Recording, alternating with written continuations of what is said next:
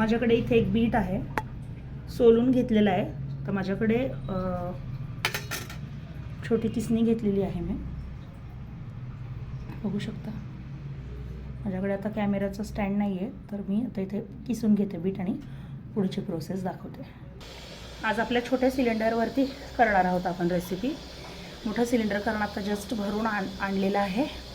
तर मी दाखवते पुढची प्रोसेस. चमचाभर तूप घालायचं आहे आणि किस जो काय आपण इथे रेडी केला आहे ना, किसून घेतलेलं ते सर्व त्याच्यामध्ये टाकायचं आहे आणि 4-5 मिनिट छान परतून घ्यायचं.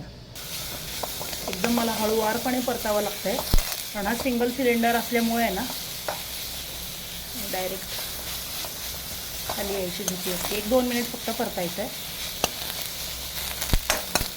झाकण नाही लावलं तरी चालेल, लगेच शिजतं 2 मिनिटात. तर साखर घालते आहे मी चमचाभर. तर तुम्ही किती गोड खाता त्यावर डिपेंड आहे. आता मी जास्त खाणार नाही आहे म्हणून आता हळूवारपणे मिक्स करायचं आहे. पटकन दूध घालायचं आहे. साखर करपली ना सगळी चव जाईल. तापवलेलं दूध घालते.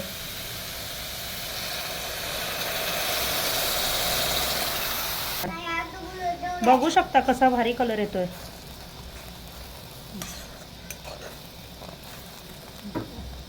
फक्त एक 5 मिनिट इथे आपण एक शिजेपर्यंत ठेवूयात.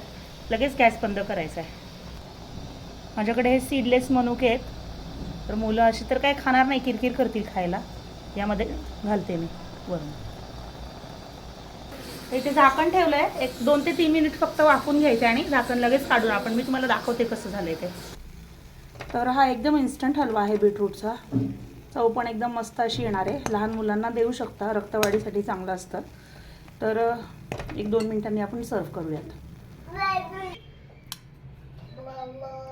कशी वाटते तुम्हाला आजची रेसिपी नक्की मला कमेंट करून सांगा. तुम्ही देखील ही रेसिपी कधी ट्राय केली आहे का, आणि याच्यामध्ये मी अजून काय काय ॲड करू शकते मला नक्की कमेंट करून सांगा. मी परत एकदा ट्राय करेन. तोपर्यंत बाय.